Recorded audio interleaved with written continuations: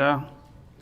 الحمد لله الكريم المنان على ما هدانا إلى الإسلام وأرشدنا للإيمان، وأنزل هذا القرآن الكريم بالبرهان، وأرسلنا أفضل الرسل بأفصح اللسان، فله الحمد والشكر على هذه النعم العظيمة والآلاء الجسيمة، والصلاة والسلام على خير خلق الله وخاتم رسل الله الذي قال ما اجتمع قوم في بيت من بيوت الله يتلون كتاب الله ويتدارسونه فيما بينهم إلا نزلت عليهم السكينة وغشيتهم الرحمة وعفتهم الملائكة وذكرهم الله في من عنده وعلى آله وصحبه ومن اهتدى بهديه. وبعد، فقد وقفنا في الدرس الماضي عند قوله جل وعلا من سورة البقرة: ألم تر إلى الذي حاج إبراهيم في ربه أن آتاه الله الملك إذ قال إبراهيم ربي الذي يحيي ويميت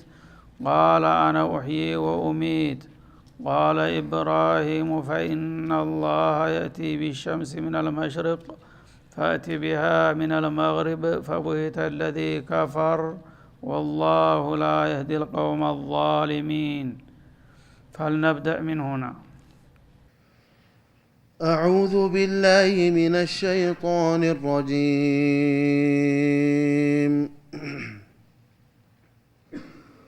ألم تر إلى الذي حاج إبراهيم في ربه أن آتاه الله الملك إذ قال إبراهيم ربي الذي يحيي ويميت قال أنا أحيي وأميت قال إبراهيم فإن الله يأتي بالشمس من المشرق فأت بها من المغرب فبهت الذي كفر والله لا يهدي القوم الظالمين. أو كالذي مر على قرية وهي خاوية على عروشها قال أنى يحيي هذه الله بعد موتها فأماته الله 100 عام ثم بعثه قال كم لبثت؟ قال لبثت يوما أو بعض يوم قال بل لبثت 100 عام فانظر إلى طعامك وشرابك لم يتسنه وانظر إلى حمارك ولنجعلك آية للناس وانظر إلى العظام كيف ننشزها ثم نكسوها لحما فلما تبين له قال أعلم أن الله على كل شيء قدير. وإذ قال إبراهيم رب أرني كيف تحيي الموتى قال أولم تؤمن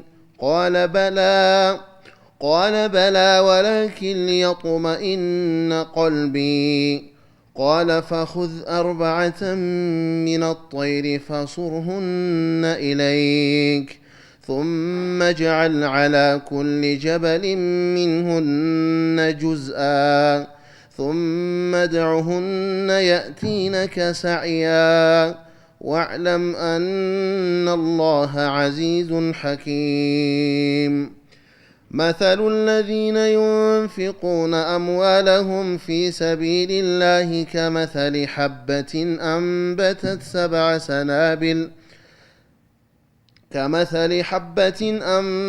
7 سنابل في كل سنبلة 100 حبة والله يضاعف لمن يشاء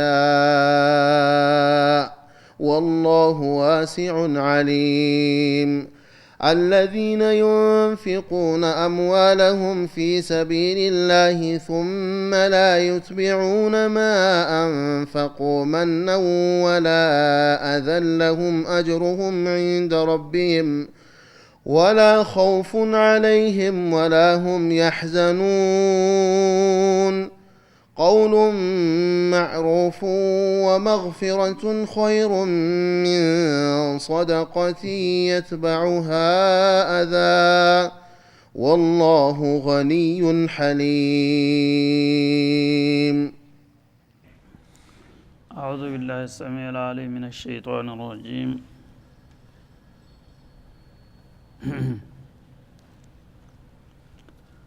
ألم تر إلى الذي حاج إبراهيم في ربه. ألم تر يميلو قال بمتابوتا ألم تعلم እንደማለት ነው በመሰረቱ رأى بمعنى علم ይመጣል لغويا ማለት ነው እና رأي البصر እና رأي البصيرة በመባል ይከፈላል። በአይን በጋድ የሚታዩ ነገሮች ላይ ያው በቀጥታ ይተረጎማል ማለት ነው። አታይም ወይ ይላል። ማዕናዊ በሆኑ ነገሮች ላይ ደግሞ አታቅም ወይ ያው በህሌና አትደርስበትም ወይ ለማለት አለም ينتهي علمك ألم تر إلى الذي حاج إبراهيم في ربه. ነቢዩላህ ኢብራሂም ኸሊሉ الرحمن عليه الصلاة والسلام በጊዜያቸው በጣም ወገደኛ የሆነ ጥላት ነበራቸውና ያንን ኢብራሂምን በጌታው ጉዳይ ጠንክሮ የተከራከረውን ሰውዬ ሁኔታ አየህን? ስለሱ ግንዛቤ ያለህ ደረሰህን ማለቱ ነው። ይሄ እንግዲህ ያው ከታሪክ ማህደር ነው። እነሱ ያለፉበት ብዙ ሺህ አመታት ቆይቷል። አሁን ያሉ ሰዎች ወይም በነብዩ ጊዜ አለይሂ ሰላቱ ወሰለም ይሄ አያት በሚወርድበት ጊዜ የኢብራሂምና የተቃዋሚያቸው ክርክርና ፍጥጫ በአይን የሚታይ አይደለም። ብዙ አመታት አልፎታልና ማለት ነው። ግን ስለዛ ታሪክ የደረሰ ነገር አለ ወይ አወቅክ ወይ ለማለት ነው። አወቅክ ወይ በሚል መልክ መጠየቁ ደግሞ ሊያሳውቃቸው ስለፈለገ ጉጉት እንዲያድርባቸው ነው። አንድ ሰው አንድ ሊነግረው የፈለገውን ነገር በቀጥታ እንዲህ ተባለኮ ካልከው ብሎ ከነገረህ እንዲሁ በቀላሉ ያልፋል። አህም የሆነ ነገር ማለት ነው። ግን በጥያቄ መልክ ዛሬ የተከሰተውን ነገር ሰማህ እንዴ በሚል ጊዜ ቀክ ትላለህ ማለት ነው። ትኩረት ይሳባል። ምንድነው እሱ ትልና ሐሳብህን ሰብሰብ አድርገህ ያን ነገር ተልብ እንድታዳምጠው ያደርጋል ማለት ነው። ስለዚህ በጣም ጠቃሚና ጥሩ ትምህርት ያላቸውን ታሪኮች አላህ አለም ተረ በሚል ቃል ነው የሚከፍታቸው ማለት ነው። አታውቅም ምን ስለዚህ ጉዳይ ወይስ አወቅን የደረሰ ነገር አለ ሲባል طبعا ተዛ በፊት ማንም ሰው አልነገራቸውምና አዲስ ነገር እንደሆነ ይሰማቸዋል።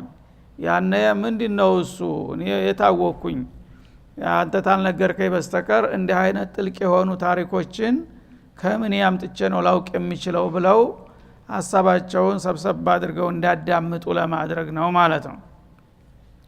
ለኛም እንደዛው ነው። ያው ያልሰማነውን ነገር እንደዚህ የተባለውን ነገር አየህን ወይ ሰማህን ተብሎ በሚጠየቅ ጊዜ ያ ነገር እንዳልሰማን እየታወቀ ተልባችን እንድንሰማና ትኩረትና ክብደት እንድንሰጠው የሚጠቀምበት ያቀራረብ ስልት ነው ማለት ነው። እና ነብዩላህ ኢብራሂም እንደሚታወቀው እንግዲህ አቡል አንቢያ በመባል ይታወቃሉ። የበርካታ ነብያት አባት ናቸው፣ ምንጭ ናቸው። እንደገና ደግሞ ኢማሙል ሁነፋ ይባላሉ። የቀጥተኛዎቹ መሪዎች ሁሉ አርአያ ምሳሌ ይባላሉ። የታላቆች ሁሉ ታላቅ ማን ነው አላህ ሰጥቷቸዋል። እና ከዛም በላይ ደግሞ ኸሊሉ الرحمن የረህማን ልዩ ወዳጅ በመባልም ይታወቃሉ። ወተኸዘላሁ ኢብራሂም ኸሊላ እንዳለው ማለት ነው። ሆኖም ግን የሁሉ ክብርና ማዕረግ ቢኖራቸውም ኢብራሂምን በጊዜያቸው እንዳንድ ተራሰው በተለያዩ ባለጌዎች ብዙ ችግር ያጋጥማቸው ነበረ ማለት ነው። ስለዚህ ካጋጠማቸው ችግሮች አንዳንዶቹን ይጠቁመናል ማለት ነው። አንድ ሰው ትልቅ ሆነ የአላህ ወዳጅ ሆነ ማለት ሁሉ ነገር እንደፈለገው አማረ ሰመረ ማለት አይደለም። ታላቅ የሆነ ሰው በዛ በደረጃው ልክ ነው ፈተናው የሚከብደው ማለት ነው። ስለዚህ ነብዩ አለይሂ ሰላቱ ወሰለም መን አሸዱ الناس በልያ ተብለው በተጠየቁበት ጊዜ አልአንቢያ አሉ ثم الامثل فالامثل እና በላ ፈተና የሚበዛባቸው ከሰዎች መካከል ታላላቆቹ ሰዎች ናቸው፣ ከነዛም ነብዮችን በተለይ አሉ። እና ከዛ ከነሱ ደረጃ ደግሞ እየቀረበ በመጣ ቁጥር እንደ የፈተና ድርሻውም እንደዛው ተዋረድ ይሆናል። እና ነብይ ተራው ነብይ ከሆነ እንደ ተራ ይሆናል። በጣም ታዋቂና ገናና የሆነ ታሪክ ያለው ከሆነ ግን ፈተናው አያድርስ ነው። ብዙ ውጣ ውረድና ኬላዎችን አልፎ ነው ለትልቅ ደረጃ የሚበቃው ማለት ነው። ለዚህ ተብሎ በጣም ታዋቂ የሆኑት ነብዮች ፈተናቸውን ስታየው ሱብሃንአላህ መሬት እንኳን የማይችለው ነው የሚያሰኝ ሆኖ ታገኛለህ ማለት ነው። ኢብራሂም ከነዛ አንዱ ናቸው። ዋነኛው ከነ ህይወታቸው እጅግራቸው ተጠፍንጎ ታስሮ አይናቸው እያየ በሳት ጋማ ውስጥ የተወረወሩ ናቸው ማለት ነው። እና ይሄንን ያደረገው በጊዜያቸው የነበረው አምባገነን ኑምሩድ ይባላል። በባቢል በኢራቅ ሀገር የነበረ የዘመኑ ሀያል ነበር። ኑምሩድ ወይም ኑምሩዝ በዛልም በዳልም ይሆናል ማለት ነው። ሁለት አይነት አጠራር አለው። ኑምሩድ ኢብኑ ከነዓን የነብዩላህ ኑህ የልጅ ልጅ ነው ማለት ነው። ሶስተኛ ወይ አራተኛ ልጅ ግን ከዛ ቤት ወጥቶ ይሄ አይነት ሙጅሪም ሆነ ማለት ነው። ሂዳያው በአላህ እጅ ነውና ኢብራሂም ደግሞ የጣዖት አስተባባሪ ልጅ ናቸው። የአዘር ልጅ ማለት ነው። ይخرجul hayy من الميت እንዳለው የጣዖት ዋና ሸሪካ አከፋፋይ የነበረው ሰውዬ ልጅ ነብዩ ሙርሰል ሆነ ማለት ነው። የኑህ የልጅ ልጅ የሚባለው ደግሞ የጣዖት ሆነና በዚህ መሐከል የተካሄደውን ፍጥጫ እና ፍትጊያ ነው አላህ የሚገልጽልን ባጭሩ ማለት ነው። ባቢል በኢራቅ ሀገር በደቡብ አካባቢ የምትገኝ ከተማ ነበረች። የዛ ጊዜ ዋና መናገሻ ከተማ ነበረች። ዛሬ እንደ ተራ መንደር ናት፣ ምንም ቦታ የላትም ማለት ነው። ከዛ አካባቢ ላይ አድርጎ መንበሩን ዓለምን በጣም አንቀጥቅጠው ከሚገዙት ሀያል አንዱ ነበረ ይሄ ሰውዬ ማለት ነው። እና በጣም ታላቅ ነው። እሱም ደግሞ አላህ ታላቅ ጥላት ጣለበትና በሁለቱ መካከል የተደረገው ፍጥጫ እልክ አስጨራሽ ነበረ። እና ኢብራሂምን መጀመሪያ እሱ ጌታ ነኝ ለማለት እያሽኮበኮበ ነበረ እንደ ፊርዓውን ማለት ነው። እና እንዳውም የፊርዓውን አርአያው እሱ ነው። እሱ በሩን ስለከፈተለት ነው። እኔ ስለምን አልሞክርም ብሎ ፊርዓውን እንዳውም በተወሰነ ደረጃ ተሳክቶለታል። ይሄኛው ቁድዋ ነው ማለት ነው። ግን በሙከራ በቀላሉ ነው የከሸፈው ማለት ነው። ስለዚህ እሱ ጌታ ነኝ የንጉስነቱን ጉዳይ የመግዛቱን የፖለቲካ ስልጣኑን እንደፈለገ ዘውሮታል፣ ዓለምን አንቀጥቅጦታል። ግን በዛ ሁኔታ ላይ ያለ አላህ ኢብራሂምን ሲልካቸው በአካባቢ ችግር ተፈጠረበት ማለት ነው። ይሄን ችግር በቀላሉ ለእንግዲህ ለመቆጣጠርና ለማስተንፈስ ሞከረ፣ ግን አልተቻለም ማለት ነው። መጀመሪያ ኢብራሂም ሰማያትና ምድርን የፈጠረ ኃያሉ አላህ ነው። ስለዚህ ሌሎች ሁላችንም ባሪያዎች ነንና ለአንድ ጌታ ብቻ ማደርና እሱን ማገልገል አለብን የሚል ጥያቄ ይዘው ሲነሱ እሱ ደግሞ ተዛሬ ተነገ ጌታ የሚባል ጭራሽ የለም አያስፈልግምም እኔ ነኝ ጌታችሁ ለማለት እያሽኮበኮበና እቅዱን እያዘጋጀ እያለ ይህ ችግር ተፈጠረበት ማለት ነው። ያነ ኢብራሂም ቢያስፈራራ ቢያባብል ቢያግባባ ተዓላማቸው ፍንክች የሚሉ ሆነው አልተገኙም ማለት ነው። እና ከነ ህይወታቸው ያው ሳት እንዲማገዱም ያደረጋቸው እሱ ነው። መጀመሪያ የጣዖት አምልኮት ነበረ የደራው። ህዝቡ በሙሉ በተለያዩ ጣዖቶች ተጠምዶ ነበረ። የገዛ አባታቸው አዘር የጣዖቱ ዋና አከፋፋይ ነበር ማለት ነው። ታባታቸው ነው የጀመሩት። ነገሩ እየሰፋ ሲሄድ ያው ወደ ባለስልጣናት ደረሰ ማለት ነው። ያነ እሱ ተው ይሄ ነገር ይቅርብ ብሎ ቢመክራቸውና ቢያስጠነቅቃቸው የጌታ ትእዛዝና ግዴታ ስለሆነ የሚተውት ነገር አልሆነም ማለት ነው። ቅራኔው እየከፋና እየተራዘመ ሄደ። ያነ እሳቸውም ደግሞ በአንድ ፊቱ ይለይለት ብለው የዛ የሽርክ ማዕዘናት የነበሩትን ጣዖታቶች ቤተ መቅደስ ገብተው በአንድ ጊዜ በጥልቆ ሰባብረው ደብዛቸውን አጠፉ ማለት ነው። ያነ ማን ነው ይሄን ወንጀል የፈጸመው ተብሎ እንትን ሲል ወዲያው ጥቆማ ወደ እሳቸው አመራ። እሳቸው ተያዙ፣ ለምርመራ ቀረቡ። በህዝብ ፊት ከነ ህይወታቸው እንዲቃጠሉ ውሳኔ ተሰጠባቸው። በዛ መሰረት እግርጃቸው ታስሮ በወስፈንጠር ጋራ ተራራ በመሰለ እሳት ጋማ ላይ ተወረወሩ ማለት ነው። ግን ያ ሁሉ ጥረት ተደርጎ በከንቱ የአገር እንጨት አለቀ እንጂ አላህ ወዳጁን ሊያስነካ አልፈለገም። ያ ናሩ ኩኒ በርደ ወሰላመን አላ ኢብራሂም፣ አንቺ እሳት አደብ ግዢ የኔን ወዳጅ እንዳትነኪ በማለት ትእዛዙን በመስጠቱ ለሳቸው ጨፍ የሆነላቸው መዝናኛ ሐዲቃ ሆነ ማለት ነው። በሰማይ ላይ በአካባቢ ለስንት ማይል በራሪዎች አሞራዎችና አዋፎች ሲበሩ የሳቱ ልሳን ከአየር ላይ እየጠለፈ እንደ ማግኒት ይጨምራቸው ነበር ይባላል። ኢብራሂም ግን እዛ መካከል ቁጭ ብለው ጌታቸውን ይዘክሩ ነበር። እንኳን እሳቸውን ቀርቶ ልብሳቸውን አልነካም እና ያደረገው ነገር ቢኖር የታሰሩበትን ገመድ ፈቶላቸዋል። ገመዱ ስለተበላ ማለት ነው። ከዛ ውጭ ምንም ነገር የለም። እዛ ለስንት የቀናት ሌት ተቀን ሲግም ቆይቶ አገሩ ሁሉ እሳት መስሎ ግሞ በመጨረሻ ፉሙ ልክ የደም ባህር ይመስላል ማለት ነው ባሻጋሪ ሲታይ። እዛ መካከል እዛቸው ቁጭ ብለው ይታያሉ ነጭ ልብሳቸውን ለብሰው ጌታቸውን እየዘከሩ እና ኢብራሂም አለ አልሞተም በሚባል ጊዜ ሰው ማመን አቃተው። ንጉሱም ሲሰማ እንዴት ሊሆን ይችላል አለ እዛ እየተንቀሳቀሰ ሲሰግድ እያየነው ነው ይላሉ ማለት ነው። የዚህ ጊዜ ባሻጋሪ ገራን የተራራ ላይ ሆኖ ወጠራቸው። ኢብራሂም አሁን አንተ ነህ ወይ እዛ ያለው ሲላቸው አዎን እኔ ነኝ። ታዲያ ሌላ ማን አለ እዛ አካባቢ ይሉታል ማለት ነው። የዛ ጊዜ ምን አለ ኢነ ረበከ ለዐዚም አለ ያንተ ጌታ እውነትም በጣም ከባድ ነው። ሱብሃንአላህ። የፖለቲካ በሽታ የለከፈው ሰው የፈለገው ታምር ቢያይ አይዋጥለትም። ግን ሳያስበው ስሜቱን ተናገረ። ሊያምን ፈልጎ ሳይሆን ማለት ነው። ጌታ እውነትም ታላቅ ነው። ይሄን ጉድ እንደዚህ ሆኖ የሚያዲን ይሄማ ታለ በኋላ ወኢኒ ለኡቀርቡ ለሁል ቁርባን አለ። በሱ ልማድ እንግዲህ እሱ ለጣዖት አንድ ነገር ሲፈጠር ለጣዖት ቁርባን ማቅረብ ነው የለመዱ ልማድ እንደሚባለው ጌታ በጣም ታላቅ ነውና ይሄ ታምር በአገራችን ስለተፈጸመ ለጌታ ቁርባን ላቀርብ ፈልጋለሁኝ ይላቸዋል። ላ ይቅበሉ ሚንካሉት ኢላ አን ቱስሊም እና ቁርባንህን የሚቀበልህ ተሰለምክ ነው። አሁን በሽርክ ላይ በኩፍር ላይ እያለህ ብታቀርብም አይቀበልህም ሲሉት ይቀበል አይቀበል የራሱ ጉዳይ፣ እኔ ግን በአገሬ ላይ የተከሰተ ታሪክ ስለሆነ መታሰቢያ ማድረግ አይቀርም አለ ማለት ነው።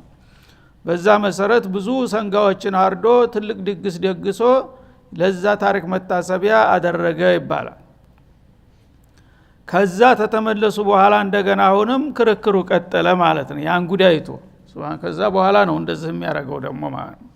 ያንን ጉዳይቶ እንግዲህ ሰዎችም የህዝቦችም ሆነ እሱ ባለስልጣናት በሙሉ ይሄን ጉድ ያየ ሰው በእውነቱ ወዳውኑ ማመን ነበር የሚጠበቅበት።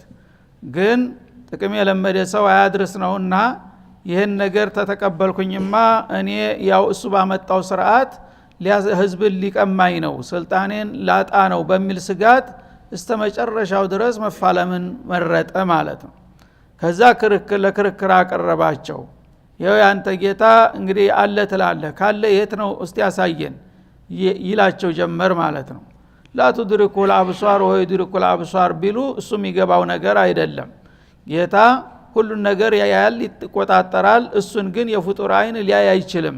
በፍጡር አይን ከታየ ፍጡሮች ራሳቸው ይበላሻሉ። የአላህን አዘማ የአላህን ግርማ በዚህ በደካማ የፍጡር አይን መለካት አይቻልም ቢሉት አይ ስለሌለ ነው ካለ ምንም ችግር አልነበ ለምን አንሞክርም እያለ ይደነፋ ጀመር ማለት ነው።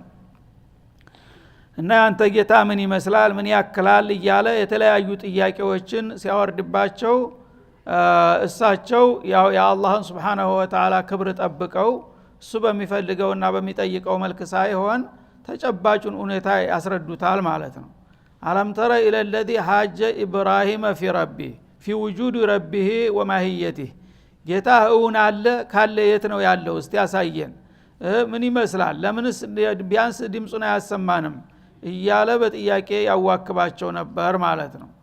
ይሄንን ያደረገው ለምንድነው አላህ አን አታሁ አላሁል ሙልክ ታላቅ ግዙፍ የሆነ ስልጣን አላህ ስለሰጠው ነው ማለት ነው። እንግዲህ ያ ሰዎች ጥጋብ ሲሰማቸው ማንንም አይፈሩም ማለት ነው። ከላ ኢነል ኢንሳነ ለየጥጋ አራሁ እስተግና እንዳለው ከሁሉ በላይ ሆኖ ካየ አንድ ሰው ሁሉ ነገር እኔ ባደርገው ይችላልሁኝ ማን አለብኝ የሚል ስሜት ያጠቃዋል ማለት ነው። ፍጡሮችን ተቆጣጥሯል እንደፈለገ እንደ በግ እየነዳ ያመሳቸው ነው። ከዚህ በኋላ ደግሞ ፈጣሪ የሚባለውም ነገር የለም ካለ ለምን አይመጣም የት ነው ያለው እያለ ይደነፋ ጀመር ማለት ነው። እና ኢብራሂም ይሄ ነገር አለማየትህ ብቻ እንደ ሁጃ ልትወስደው አይገባህም። ማየት ጌታ ፍቃዱ ስላልሆነ ነው። ቢፈልግ ኑሮ ሊያሳይ ይችል ነበር። ግን የሚታየው ሁሉ ጌታ አይደለም። እነሱ እንግዲህ የሚፎካከሩት የኛ አምላኮች ጣዖቶች ይኸው ተደርድረው ይታያሉ በመቅደስ ላይ፣ ለምን ያንተስ ጌታ እንደዚህ በአደባባይ አይታይም እያሉ ነው። የሚታየው ሁሉ ጌታ ሊሆን አይችልም፣ ያልታየ ሁሉ የለም ማለት አይቻልም። ይህ አካሄድ ልክ አይደለም ብለው ሊያስረዱት ቢሞክሩ እሱ ግን አውቆ ሸፍጠኛ ስለሆነ ይህንን እንግዲህ ውዥንብሩን እየቀጠለ ሄደ ማለት ነው፣ ኢብራሂምን ውሸታም ለማሰኘት። እና ይሄ ያደረገበት ምክንያቱ አላህ ስልጣን ስለሰጠው ነው። እኔ ራሴ ነኝ ያባለኩት ማለቱ ነው። እና የማይገባውን ስልጣን አላህ ስላሸከመው ፍጥረታትን በሙሉ ስለተቆጣጠረ ተይ በላይ ማን አለብኝ ብሎ በጥጋብ ነው እንደዚህ የሚናኘው። አልበለዛ አቅሙን ባሳውቀው ኑሮ እንዲህ ሊል ባልቻለ ነበረ ማለቱ ነው። ለፊትና ነው አላህ ማንንም ነገር የሚሰጠው። ሀብትም ሲሰጥህ፣ ስልጣንም ሲሰጥህ፣ ጉልበትም ሲሰጥህ፣ እውቀትም ሲሰጥህ እያንዳንዱ ፈተና ነው። ይህን ነገር በአግባቡ ፈየንዙረ ከይፈ ተዕመሉን እንደሚለው የሰጠህን ጸጋ በአግባቡ ጌታህን አሽክረህ ትጠቀምበታለህ ወይስ ደግሞ በዛ ጥጋብ ተሰምቶህ እንደገና ዛብለቀህ የዘለ ትሰበራለህ፣ ሊፈትንህ ነው ማለት ነው። እና አላህ ስልጣን የሰጠው ሰው ያንንም ያህል ስልጣን የሰጠው ሰው ለኔ ያደረገውን ማን አደረገለት ጌታዬ ብሎ ተማንኛውም ሰው የበለጠ ጌታን አመስጋኝና አገልጋይ መሆን ሲጠበቅበት፣ እሱ ግን እኔ በሰጠው ስልጣን በጥጋብ ተወጥሮ ነብዬን መቆሚያ መቀመጫ አሳጣ፣ በክርክር አዋከበው ይላል ማለት ነው። ያነ ኢብራሂምን ባላቅማቸው ለመቋቋም መሞከር ስላለባቸው ኢዝ ቃለ ኢብራሂም እዝኩር ኢዝ ቃለ ኢብራሂምን በበኩሉ ለተነሳው ጥያቄ መልስ ለመስጠት እንዲህ ማለቱን አውሳ ይላል። ኢብራሂም ምን አሉ? ረቢ የለዚ ዩሕይ ወዩሚት፣ ያንተ ጌታ ማን ነው? ምንድነው የሚያለው? የት ነው ያለው? የሚሉ ጥያቄዎችን ሲደረድር እሳቸው ምን አሉ? የኔ ጌታ አለዚ ዩሕይ ወዩሚት አሉ። በዓለም ላይ ያሉ ፍጥረታቶችን ሕያው የሚያደርጋቸው ነው። ያልነበሩትን በየለቱ እየፈጠረ ይሄው የተለያዩ ስፍር ቁጥር የሌላቸው ነፍሳትና እንስሳትን ታያለህ። እነዚህን ሁሉ ህይወት የሰጣቸው የኔ ጌታ ነው አሉት። እንደገና አጀሉ የደረሰበትን ደግሞ ሙታን ያደርገዋል። በየቀኑ ያው ሰው ይሞታል፣ እንስሳት ይሞታል። እነዚህ ሁሉ የሚሞቱ ፍጡሮች በጌታ ትእዛዝ እኮ ነው። ጌታ ባይገላቸው ኑሮ ህይወትን ጠልቶ የሚሄድ ማይች ነበረ በማለት ለመልስ ለመስጠት ሞከሩ ማለት ነው። ያኔ ጎበዙ ምን አለ? ከሳቸው ጥያቄ በመነሳት እንደገና ውዥንብሩን ቀጠለና ቃለ አነ ኡሕዪ ወኡሚት፣ እና ሕያው ማድረግና መግደል ከሆነ የጌታ መስፈርት መለኪያው ይህንማ እኔም አደርገዋለሁ አይደለም እንደ አለ ማለት ነው። ደግነቱ አነ ለዚ ኡሕዪ ወኡሚት አለ ማለቱ አላህ ይዞበት ነው እንጂ ከባለጋ ይቀር የሚሻለው ይሄ ነበር። አነ ለዚ ኡሕዪ ወኡሚት፣ አንተ እኮ ጌታ የምትለው የማይታየውን ጌታ ነው እንጂ ሕያው ይሰጣል፣ ህይወት ይሰጣል፣ ይገላል የምትለኝ ይሄው ህይወት ያላቸውን ሁሉ እኮ ህይወት የምሰጣቸው የሚሞቱትንም እንዲሞቱ ማደርገው እኔ እኮ ነኝ ቢል ኑሮ ችግሩ የበለጠ የከፋ ነበረ ማለት ነው። ሂዶ መሸነፉ ባይቀርም ግን አላህ ያዘበትና እኔ ነኝ ፍጥረታትን ሕያውና ሙታን የማደርጋቸው ማለትን ሳይደፍር ገና ጅመራ ላይ ስለሆነ ድፍረቱ አነሰው። ምን አለ? አነ ኡሕዪ ወኡሚቱ፣ አነ ከመን አለ በሙሻረካ ማለት ነው። እሱ ይህንን ካደረገ ማለት ነው በመሰረቱ ማድረጉን ተቀበለ ማለት ነው። በከፊልም ቢሆን ያንተ ጌታ ሕያውና ሙታን የሚያደርግ ከሆነ እኔም እኮ አደርጋለሁ አለ። ተፎካካሪ ሆኖ ቀረበ ማለት ነው። ያ የሚደረገው ሁሉ እኔ ነኝ የማደርገው ቢል ኑሮ ግን ችግር ነበረ ማለት ነው። ምክንያቱም ለተራው ህዝብ እኔ እሱን በጣም ሱልጣኑ ሙጥለቅ ሆኗል። ልቅ ነበር ስልጣኑ፣ ገደብ የለሽ ነበረ ማለት ነው። እኔ ሁሉን ነገር በአካባቢ የተከሰተውን ነገር ሁሉ እኔ አድርጌ ነው፣ እኔ ወስኜ ነው እያለ ህዝቡን እንደፈለገ ገርቶታል። በህዝቡ ላይ አንድ ነገር የፈለገውን ከተናገረ ተቀባይነት ያገኛል ማለት ነው። ኢብራሂም ግን ገና አጃቢ የላቸውም፣ ተቀባይ የላቸውም፣ ብቻቸውን ነው ያሉት ማለት ነው። ስለዚህ ሁሉን ነገር ሕያው ማደርገውና ምገለው እኔ ነኝ የሚለውን አላህ ዘጋበት፣ አልደፈረም። እንግዳውሳ ያንተ ጌታ ሕያው የሚያደርግና የሚገል ከሆነ እኔም ሕያው አደርጋለሁ እገላለሁኝ ባለ ቀለል ባለ መልኩ ቀረበ ማለት ነው። ከዚያ በኋላ እንደ ጥያቄውን እንግዲህ እየተራዘመ ሊሄድ ነው ማለት ነው። እሱ በመጠኑም ቢሆን ከጌታ ጋር ራሱን ተፎካካሪ አደረገ። ያንተ ጌታ ሕያው የሚያደርግና የሚገል ከሆነ እኔም በተመሳሳይ መልኩ ይሄንን ማድረግማ እችላለሁ። ይሄን ማድረግ ከሆነ ጌታ ያሰኘው እኔስ ይሄንን አደርጋለሁ አይደለም እንዴ? ለምን ጌታ አትለኝም እንደማለት ሆነ ማለት ነው። ያነ ኢብራሂም እንግዲህ አይን ያወጣ ባለጌ መሆኑ ተረዱ ማለት ነው። እና ይሄን ሰውዬ ከዚህ በበለጠ መፈናፈኛ በሌለው ጥያቄ መጠፍነግ አለብኝ ብለው ወሰኑ ማለት ነው። ምክንያቱም አሁን ዶሮ ንክሻ ሆነ ነገሩ ማለት ነው። እሳቸው የኔ ጌታ ሕያው ያደርጋል ይገላል ሲሉ እኔም እኮ ሕያው አደርጋለሁ እገላለሁ የሚል መልስ አመጣና አባባሉንም የበለጠ ለማረጋገጥ ለማስመሰል ከእስር ቤት 2 እስረኞችን ጠራና አንደኛውን አሁን ረሽኑ ብሎ ትእዛዝ ሰጠ። አንደኛውን ደግሞ ነፃ ልቀቁት አለ ማለት ነው። ይሄው አለ። እነዚህ ሰዎች መጀመሪያ ሁለቱም ተመሳሳይ ወንጀል ሰርተው ነበር። ሁለቱም ያው ሞት ይፈረድባቸዋል ተብሎ ሲጠበቅ ነበር። አሁን ግን ሁለቱም የሚያስገድል ወንጀል ሰርተው ነበር። ይሄንን ነፃ ለቅቄዋለሁኝ ይሄው ሞት አፋፍ ላይ ከደረሰ በኋላ ነፃ መውጣቱ ማለት ሕያው ማድረግ ማለት ይሄ ነው አለ። ሙኻለጡ አጂብ የሆነ ያኛው ደግሞ ያው እንደተጠበቀው ሞተ። ስለዚህ የፈለኩትን እገላለሁ የፈለኩትን አድናለሁ ማለት ይሄ አይደለም እንዴ አለ ማለት ነው። ይሄ ግን ገበይነቱን የሚጠቁም ነገር ነው። አሁን እሱ ኢብራሂም ያሉት በእያንዳንዱ ሰው ላይ ሲፈልግ ህይወት ይሰጣል የኔ ጌታ፣ ሲፈልግ ህይወቱን ይቀማዋል ነው። እሱ ግን አንዱ ሰው በህይወቱ እንዲቀጥል ነው የፈቀደው ማለት ነው እንጂ አዲስ ህይወት የሰጠው ነገር የለም። ያኛው ደግሞ የሚሞተው ሰው መግደል ያለ ነው። ምን ጊዜም ቢሆን የሞት ስልጣን መወሰንና መግደል የተለያዩ ናቸው። መግደል ማንኛውም ተራ ሰው መግደል ይችላል። በአላህ ቀደር ነው የሚገልህ። ግን እሱ ይህን ነገር ያዋጣኛል መስሎት ውዥንብር ለመፍጠር ብቻ ህዝቡን ለማደናበር ይህንን መከራከሪያ ሲያቀርብ ሲያዩ በዚህ መልክ እንግዲህ አንተ አይደለህም እገሌ ነው ብዬ መፋተጉ አያስፈልግም፣ ሌላ መፈናፈኛ የሌለው ጥያቄ ለምን አላቀርብለትም አሉና ጥያቄያቸውን እንደገና ሊቀይሩ ነው። በሚቀጥለው እንመለሳለን። ወሰለላሁ ዐለ ነብይ ወአሊሂ ወሰለም።